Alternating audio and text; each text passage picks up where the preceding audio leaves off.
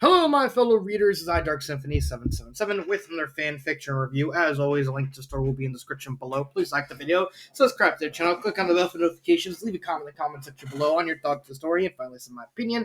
My opinion is not indicative of everyone in the world, so please respect that. So, the story I'm doing today to celebrate Halloween. Ooh, spooky, scary skeletons. Ooh. I don't know why I'm doing the finger wagging thing. Is Luigi's Mansion 3 Hotel Horror. This is one of the two Luigi's Mansion 3 stories I'm going to be doing. The other one is Tomb Service. Yeah, I'm going to be talking about Tomb Service one more time in this video, so be on the lookout for that. But this is not Tomb Service. This is Hotel Horror by 1TGN. And I'll be honest, I was disappointed. I was hyped to read this story for years. Like when I first found out this story existed, I was like, "Wait a minute! You're telling me someone made a story based off Luigi's Mansion 3, and it's literally just a Luigi's Mansion story, just with Daisy joining Luigi? Sign me up! I'm a big fan of Princess Daisy. She's like my favorite of the three princesses. I like her spunk." So when I first started reading this, is like, okay, this is gonna be good, and then my hopes just kind of withered away as I read more of it, and I was so massively disappointed by this story at the end. It hurt my heart. It really did hurt my heart. So what is the plot for for Hotel Horror? I need to actually say Hotel Horror instead of the full name. Well, the plot is basically just the events of Luigi's Mansion 3, just with Daisy. More or less. Basically, if you never actually played Luigi's Mansion 3, I would suggest it. It's actually a really fun game, aside from one specific issue. Fucking clam! Then you should know what the plot is. But for those of you who don't know, basically this woman by the name of Helen Gravely basically tricks Mario, Luigi, Princess Peach, and a couple of Toads to stay at the Last Resort Hotel. This 15-story tall, luxurious, golden, sparkly, brand new hotel. Why? Well, because Helen is a ghost with a very, very big fatuation for King Boo. She basically sees herself as his number one fan. And so she planned all of this to capture Luigi and defeat him just so she can schmooze on him. It's like, but King Boo, it's like, don't look at me like that. Don't look at me.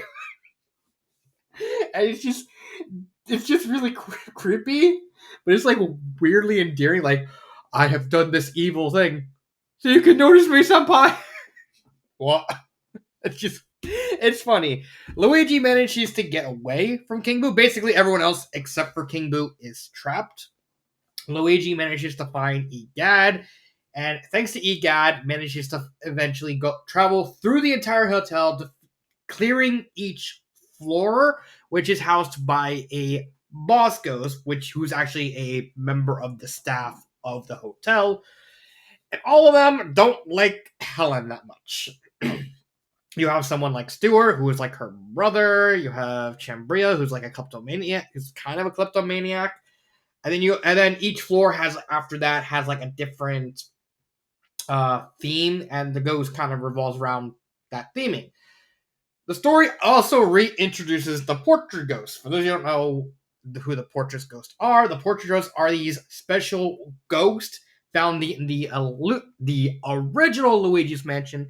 That's just basically there for Luigi to kind of have something extra to do. In lore, these were actually all paintings owned by Egad that when King Boo escaped, he kind of just opened up the paintings and just like, go free. And so everyone just inhabited the mansion from his painting. And so it's Luigi's job to just get them back into the painting.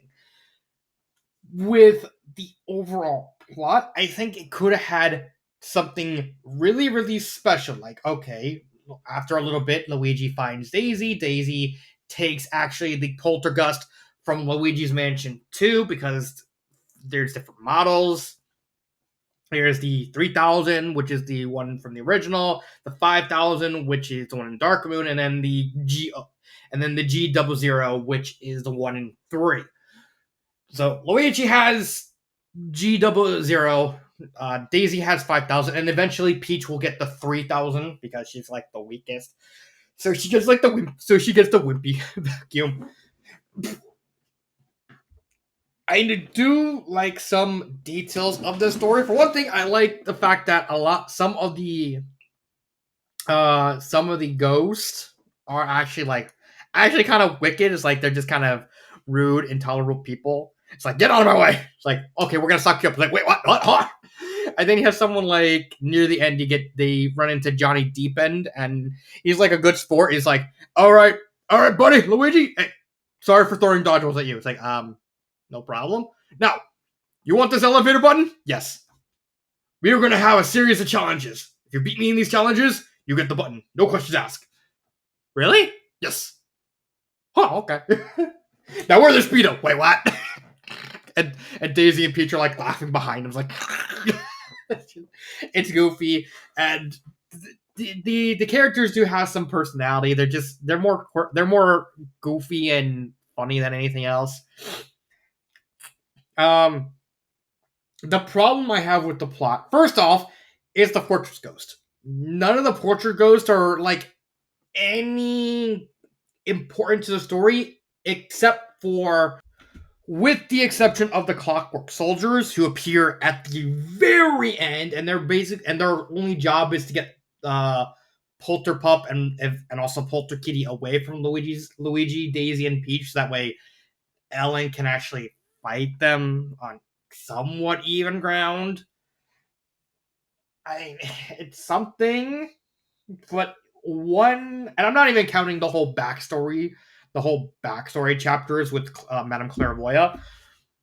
Clairvoya is just basically this fortune teller ghost that actually befriends Luigi in the original Luigi's Mansion. She basically asks him, like, "Hey, I want to help you because honestly, I want to retire inside the painting. So if bring me like some stuff that's owned by Mario, I'll help you like figure things out." And so once Madame Clairvoya just helps Luigi, I was like, "Okay, you can suck me, and I won't fight back." There you go. uh, but then she comes back in this story, hangs out with Morty, who's this director ghost, who's just like, "Hey, yo, my man, Luigi." It's like, "How do you know my name?" "Don't question it," she told me. It's like he's being a drama queen. Okay. "I'm missing my microphone." "Here's your megaphone." "Thank you." "No, no, wait. You'll be a movie star." "I'm what?" "Yes, go. See that ghost in a Godzilla costume? Hi there." Beat him up. He just wants to make a movie. That's it. But like outside of Clairvoyant and the Clockwork, none of the Fortress Ghosts are even remotely justified for being there. And like it gives Daisy and then eventually Peach something to do, because that's another issue I have with the plot. Is despite the fact this story's entire premise is based off the fact that Daisy is going to help Daisy is going to help Luigi out. Daisy doesn't do a lot. Like she doesn't have any. She's not really that relevant outside of one specific part of the story, and we'll talk about that at the end.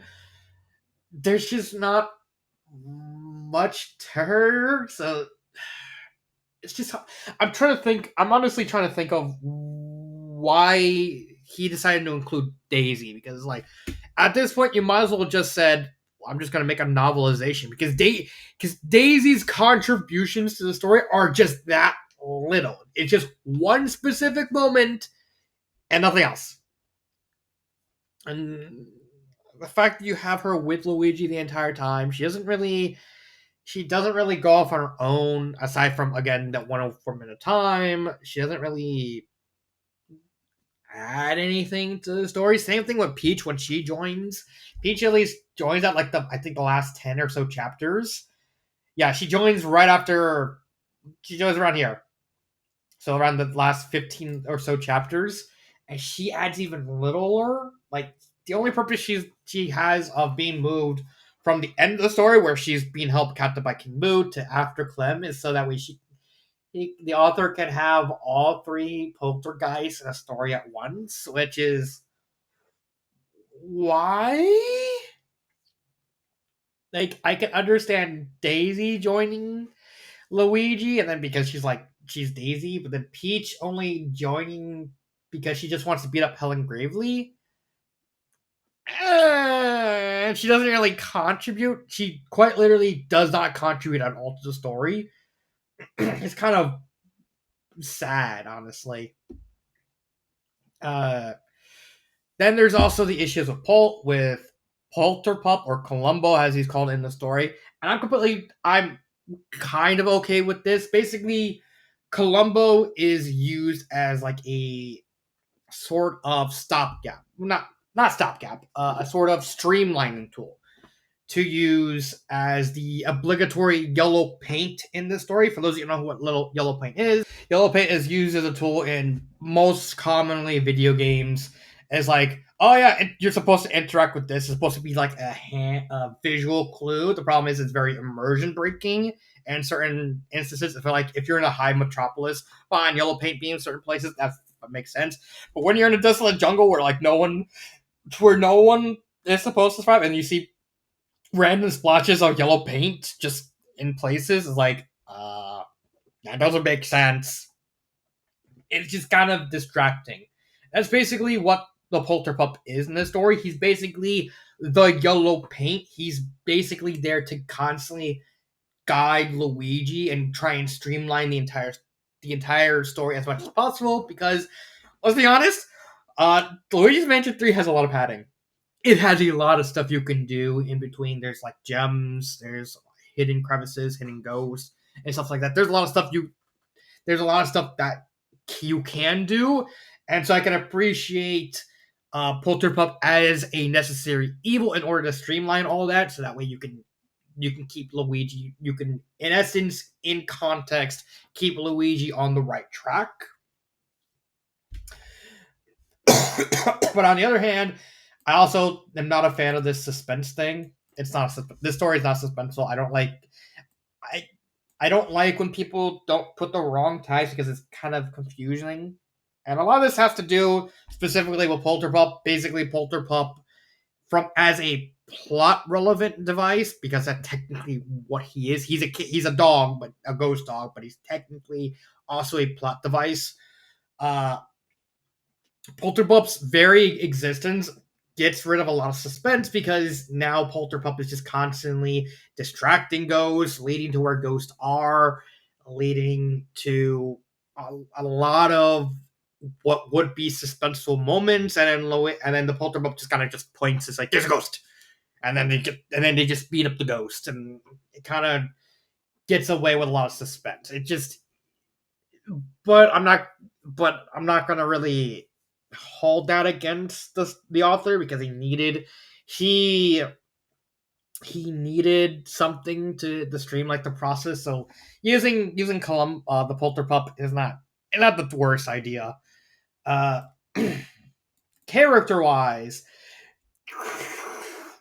Luigi I think is fine. He's basically Luigi. I like Daisy's mouth on her. Literally half the stuff that happens with like pissing off all the ghosts is usually like the ghost politely tells Luigi to get away. Then Daisy just storms up and starts bad mouthing. It's like, now you're having it, and it's just basically like, get him, and they all just, and Daisy not quite blatantly not learning the error of her ways throughout the entire story. Like, even at the beginning of the story, Luigi tells Daisy, like, you need to actually take this more calmly. You can't just rush into these and act like this.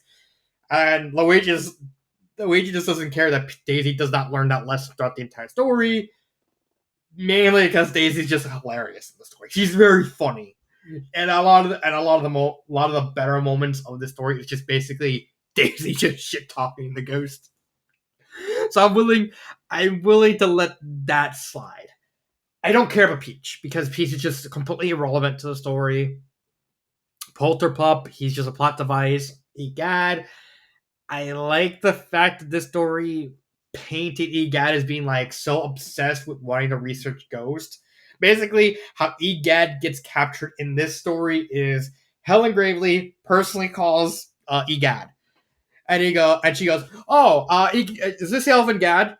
Yes, yes, it is. Hello, my name is Helen Gravely. I'm the owner of the Last Resort Hotel. Yes, around this area where I have the hotel is a bunch of rare ghosts. Do you want to come and research them?" It's like, I'll come yesterday. Good. There's just one thing. Can you just do me one favor for this? Yes. Can you bring the painting of King Boo? Yes. Excellent. And then Egad just basically got hogtied and put in a painting, and that's how King Boo got out. Is like, did you get tricked into? I mean, I don't even think that's even tricked Luigi. He's like, shh. Did you get? Did you willingly bring the painting here? He's like, I may have. Yes. God dang it, Dad! It's a really goofy way of incorporating Gad into the story, as well as providing a pretty hilarious a hilarious way of incorporating how King Boo escaped. Because I think, like, in canon, it's never really revealed how Helen got King Boo out of the painting. So this one's just like, or even how Helen got the painting. So like tricking Egad into bringing the painting is like, I want to see this painting. If you do that, you can research his ghost. It's like, okay. It's kind of a funny thing. I do like how King Boo in this story is basically just like so vindictive, but he's like he's so willing to let Helen fail. It's like, because he, like, at the very beginning he sees like, oh yeah, Helen's gonna fuck all this up. But I just watch and just silently fume. It's like, I make no mistake that I hate this plan. It's like, I will do it, my lord. Notice me. But then the best part of the story are the personalities of the portrait ghost. I love the hilariousness of all these of the portrait ghosts. Like Amadeus Wolf guys being like an angry man, and then you have Ugg the K-man who's like, Ugg, pretty lady wants you to go into the vacuum. Okay, I do it. Okay. He's like a dumb. And then you have Chef Souffle, who's just basically Gordon Ramsay. He even says, "Where's the lamb?" I'm glad a second. Like, you can see what's there. Where's the lamb sauce? What do you mean you don't know where the lamb sauce is? I told you every single ingredient is, but you're too incompetent to remember, you freaking donkey. I'm sorry. It's just so funny. And then you even have like more respectful ghosts like King McFrights, who's like more respectful. It's like, I willing to challenge you to a duel. And then when he actually loses, it's like, you beat me fair and square. Good on you, lad. And you even have the more sympathetic characters, like you have Ginny of the triplets, who after her sisters get robbed and she has the elevator button, like they slowly like walk up to her and they see her like she's just completely despondent and like just willingly holds up the button for them to grab. It's like, please just vacuum me up. I just want, and it's very sympathetic. But honestly, my favorite of the boss ghost is Johnny Deepend. I just love that he's a dude, bro. Like, he starts out at the beginning when they first see him. It's like he actually starts trying to hit them with dodge rolls. It's like, hey yo, the Green Man, watch out! It's like once they actually get to the pool area, they basically, dude, you made it here. Yes, now let's do this. Right, water contest. I'm sorry, what? and just basically just legitimately acting like a total bro to Luigi. It's like, listen, I'm not like all those other ghosts. I'm not evil. I just value competition, right? Right. So instead, three water based contest. Beat me 2 out of 3, you get the button. And even like when he gets sucked up in the pool, which is actually how you're supposed to damage him in context. That's how you actually absorb him in the game. Luigi's like, wait, he got sucked. How the hell did that happen?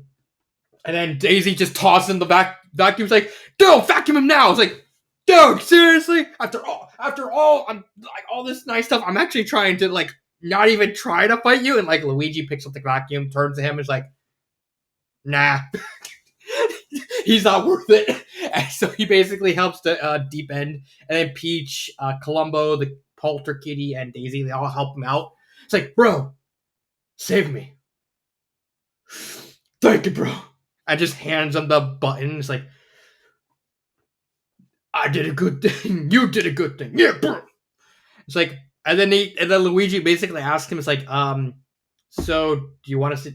I mean, we'll leave you here if you want. If you want to just go travel around, or we can just suck you in the vacuum. It's like, maybe I'll just swim around, and then they all turn around when they see like the valve that controls the water to fill the pool. Just leave the pipe and just float to the ceiling. It's like, that suck me up.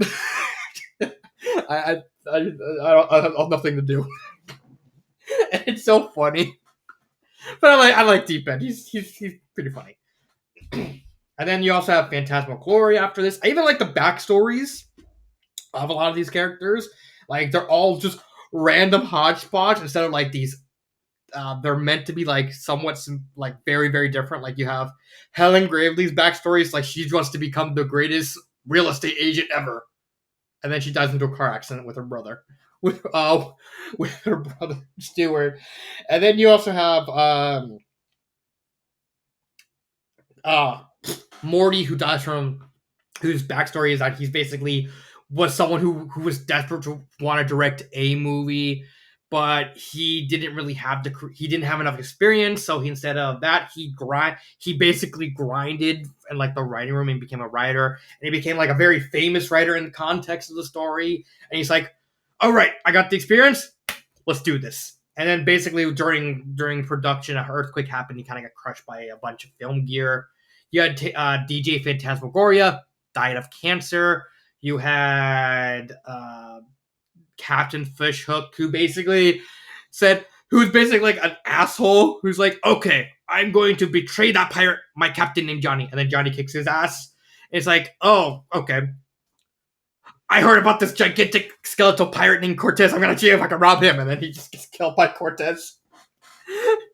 Cortez is probably just laughing in his ship, like, ah! And then you also have the triplets, who basically again died in a hit and run, and on their way to their talent show because they just wanted to learn magic. I think it's very sympathetic. It is weird that the author never really goes to like any backstories of the portrait ghost, but you can make the argument that since they are originally portraits, they don't really have much in the way of backstory. So I can see the argument for that. But I loved how some of the characters' backstories are connected to like more wide lore. Like King McFright basically has connections to the Shrews because their empire was destroyed by the Shrews long long ago. I think it's just interesting. They're not. It adds flavor to the story.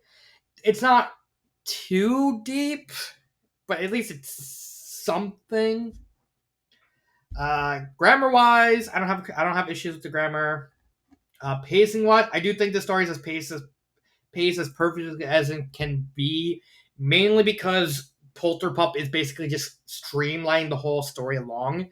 They do get some like money and gold and like these random gems throughout the floors. That's used at the end of the story, like when they defeat King Boo, the whole hotel crumbles. All the other members of the staff are like really upset because like we lost our home, And they just like, we'll just use all this money we collected from going up there to fund a new one. Like, ah! Woo! I think it's really neat. And of course, Helen and King Boo are locked behind, are locked in not in the cages metaphorically. So I did think this is not a bad story. It's massively disappointing. Like, this story is not as good as the idea it was trying to present as it could be. Would I recommend this story? No. And I'll say 3 words to describe why I can't recommend this story. Tomb service exists. That's right. Tomb service. I'm actually at chapter 20 of the story. Tomb service is basically just this, but done right. Has better characters. Does the boss ghost better? Doesn't have the portrait ghost to slow it down. It only has a better execution of the plot. Has a better execution of Daisy. Has a better execution of suspense. This Tomb Service is an actually suspenseful story. Like, you're eager to see what's going to happen next. Has everything better than Hotel Horror by a long shot. Like, to the point, I'm legitimately considering Tomb Service to be put into Better Off Alone tier. I don't think it's quite there yet, but I think maybe by the time I finish it, it might be there. But I do think this is better. This is okay, but it lives in the shadow of this story. What is my favorite part of the story? Clem. Just everything to do with Clem. So, for those of you who don't know, Clem is probably the most infamous boss of this game. This is mainly due to the fact that Clem has, let's just say, the boss fight is really, really shit. Has really, really bad controls. You can see it on the screen right here. This guy's making it work easily, but it's really, really clunky. So I was legitimately curious on how Clem would be implemented in the story. It basically starts out very simple. It just has Luigi going down to the boiler works, which is the second basement floor. Clem kind of harasses him throughout the entire area. They fight. Clem actually manages to defeat Luigi. And Clem, being the douchebag he is, it's like, all right, what do I do now? What did Helen say to do with her? You must bring me the green stash man. I must kill the green stash man? That's not what I said. All right then. Ties up Luigi with like a mine he owns. Dumps in the water, pushes Luigi in the water while he's unconscious. And you're wondering, where's Daisy? Well, at this point, the Polter Kitty is kind of just hanging out with Daisy, kind of figure out what she wants with life. Daisy notices what's going on with Luigi, and then we get to pushing up Daisy's, which is just Daisy going full on hose mad, saying, this guy gonna die now. Storming through the boiler works, finding Clem. They actually start fighting each other. Daisy manages to defeat Clem.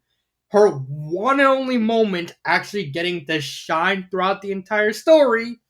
And then she goes and saves Luigi. I think it's a very tense situation. It's really the only moment that's worth suspense, because now you have Daisy, someone who wasn't really utilized that much in the story, now being pushed rapidly to the forefront, having to work under a time limit of trying to save Luigi from drowning to death, and beating up like the whole hillbilly mechanic who basically just wants.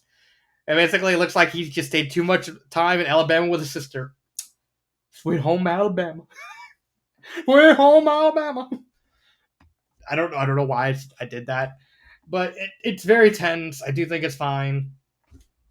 Now, what would I do to change this story? I honestly think this story should have had a sort of morality deal. Like, okay, if you're going to use the portrait ghost, actually make them important to the story. Have Luigi like consider keeping the portrait ghost just kind of there. Mainly because, for the most part, the ports just are basically just politely telling Luigi to leave, and they really only get aggressive because Daisy just starts bad mouthing him plumb out of nowhere because she's just that determined to do something. I would also keep at the end of the story. He basically releases all the Luigi releases all the ghosts except for Helen and King Boo. I would have actually willingly uh let Luigi and Daisy basically, if the ghosts aren't really that super berserker or like horrible people, just let's have just write it so that they kind of just leave them alone. It's like, yeah, we'll just leave you alone.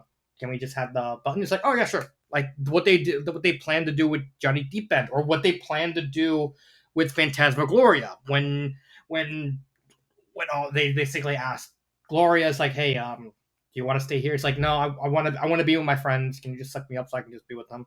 It's like, yeah, you can do that. Have it be like a morality system where they're trying to figure out which if they should keep the ghost, or like just capture them more for like because they're that dangerous, or leave them around because it's like, oh yeah, what is Shivers going to do? What is getting Shivers going to do to Luigi? Nothing. He's just an old. He's just kind of, or even Uncle Grimly, who's just politely telling me, "Get off my lawn." But we're in a gift shop. Oh, get off my gift shop! Whoa. Whoa. You're just waving your arm. Am I scaring you? No. Aww. It's just. I think adding a morality system would also make it very different from Tomb Service, because this one does have a sort of morality surface. It's just Helen's basically mind controlling a bunch of the ghosts. Either they're being mind controlled in certain cases, or they're just legitimate jerks. Well, this one you can just have the whole kind of keep the ones that are just being polite and keep the ones that are just being rude. The only one that would probably be confusing would be the triplets, because in this story only one triplet's like actually good, and the other two are just argumentives. Like, you could do something. Maybe you just have a watch a magic show, since their whole shtick is like they just wanted to entertain people with magic. So like, hey, if we let you do a magic show for us, would you give us the button? Like, really? And then they kind of just, you could easily, or even have Luigi and Peach and Daisy kind of help each ghost as they go along. I think it's fine. There's also the fact that Peach needs to go. I mean, keep Peach in with Egad. Daisy and Luigi by themselves, I think they're good enough. There also needs to be like some actual character development for Daisy, because it's just weird to have Luigi tell Daisy, it's like, you need to calm down, and then Daisy just never calms down, and Luigi's kind of like, okay, the whole time. Sure, sure. Half the stuff Daisy says is pretty funny, but that's not really, that doesn't really conduct to good character development. And finally, get rid of the game mechanics. Yep, I want to say it for here. This is another story that decides to go, I'm going to go full on game mechanics and have it be a very big hindrance to the story by just going full on game mechanics. It's like what Ian Malcolm once said. I don't think you're giving us our due credit. Our scientists have done things which nobody's ever done before. Yeah, but your scientists were so preoccupied with whether or not they could, they didn't stop to think if they should. Don't incorporate game mechanics in written works. It usually never works out because it's always clunky. What? This story was made in 2019. Why are authors still thinking, oh well, I can just incorporate game mechanics into my stories? It doesn't work. It still doesn't work. The only time it worked that I've fan fiction I reviewed was Chopper or Clara, and that's because the mechanics were just very, very unobtrusive because all it was the copy bubbles. It was just one goofy thing. That's it. Why do people still think they can just do this and thinking, oh, it's good writing? No, it's not. But yeah, that is Hotel Horror by 1TGN. This has been Dark Symphony 777 and cut.